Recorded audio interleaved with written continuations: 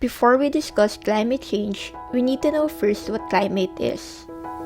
The term climate refers to the general weather conditions of a place over a long period of time. It is the usual weather of a place. For example, a place could mostly be warm, while others could mostly be wet or cold over the years. Climate is not the same as weather. Weather is defined as the mix of events which happens every day in the atmosphere. Look outside your window. The day could be sunny, windy, raining, or snowing. These are all weather conditions. However, unlike climate, weather is short-term and changes more frequently. When there is significant variation of average weather conditions in a region over a long period of time, there is what we call climate change.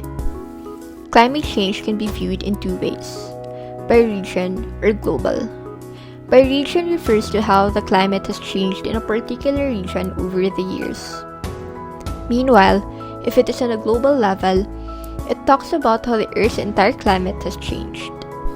These changes in Earth's climate resulted in various effects. This includes, among others, the rising sea levels, the melting glaciers, the warming oceans, and the intense drought and storms experienced by many. Several factors contribute to climate change. However, the main cause of it is attributed to human activities, which accelerates the warming of the planet than it naturally would. Since the Industrial Revolution, the global temperature has dramatically increased at a faster rate. The rise of the industries likewise gave rise to the growing demand and reliance on coal, oil, gas, and mineral resources, which served as a backbone of development. One of the leading human activities that causes climate change is the burning of fossil fuel. Fossil fuels are carbon-rich deposits that are used for production of non-renewable energy. They are also used for manufacturing products such as steel and plastic. When fossil fuels are burned, they release large amount of greenhouse gas into the atmosphere, which amplifies the amount of natural greenhouse gas already in the planet. This causes the Earth to become even warmer because greenhouse gases such as carbon dioxide effectively traps the heat and stops it from escaping into space. Further, greenhouse gases could also absorb infrared radiation from the sun, and instead of passing it off directly to space, it ends up emitting radiation everywhere, even sending some back into the Earth's surface. Because climate change affects everyone in all states, it rapidly became a global concern due to its dire effects. The international community recognized the significance of the matter, and so, strong efforts have been exerted by many in creating legal and policy frameworks, drafting treaties, and negotiating in domestic and global responses. While there are disagreements on what actions are to be taken or on how much responsibility each should carry, there continues to be one general consensus, and that is, there is a need to act to address climate change. Now that we know what climate change is, let's talk about the latest climate change issues. What are these issues, and how are they related to principles of environmental law? India was recently hit by the strongest storm on record to hit India's west coast. The storm, named Cyclone Tauktae, has killed at least 40 people since it made landfall in western Gujarat state.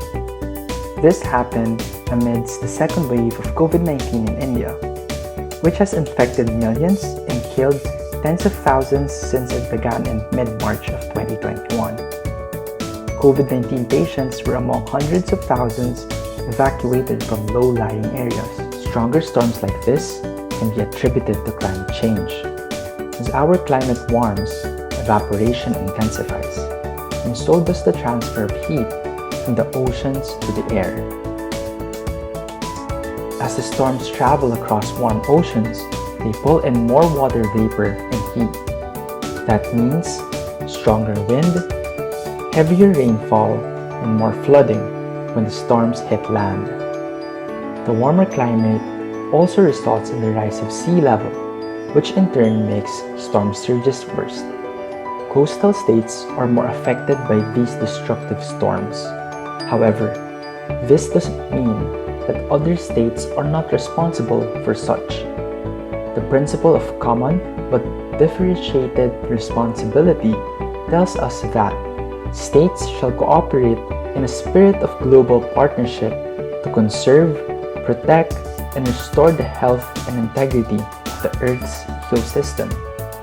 Although the responsibility is differentiated, all states must participate in international response measures aimed at addressing environmental problems. The second issue is China's construction boom. While most countries have decreased their carbon emissions because of the pandemic, China is doing the opposite. According to our research, China's carbon emissions are pushing to record highs. The country's CO2 emissions from fossil fuels and cement production grew by 14.5% in the first quarter of 2021 compared to the previous year. That's the fastest rate of growth in more than a decade. As we know, the rise of carbon emissions causes the rise of temperature on Earth. If countries like China would not cut their carbon emissions, many places on Earth would become inhabitable because of extreme weather conditions and air pollution. Diseases would become more rampant and a lot of important species would go extinct. These consequences show the importance of the principle of sustainable development. Although states are encouraged to develop, it should be in a way that doesn't compromise the environment. Development should meet the needs of the present without compromising the ability of the future generations to meet their own needs. For this reason, states should invest in renewable energy. This would help in reducing carbon emissions, all the while ensuring the development of the country.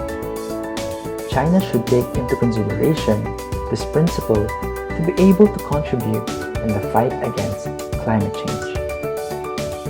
The third is the COVID-19 effect on the Paris Agreement. Because of the pandemic, many countries have been forced to implement lockdowns.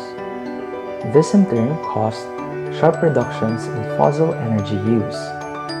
Less machines, cars, and fuel are used, leading to less carbon emissions.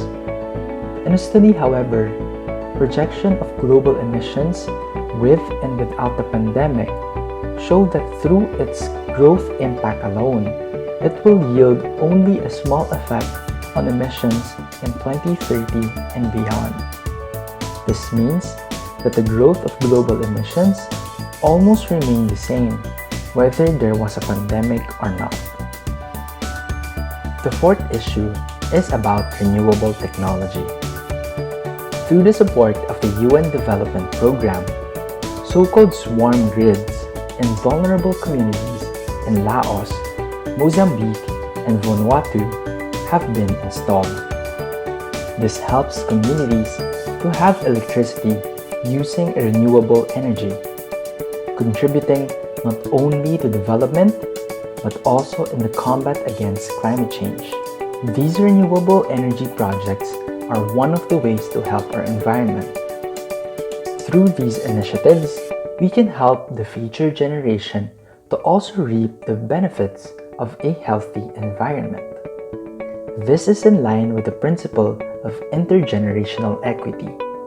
According to Principle 1 of the 1972 Stockholm Declaration, man bears a solemn responsibility to protect and improve the environment for present and future generations.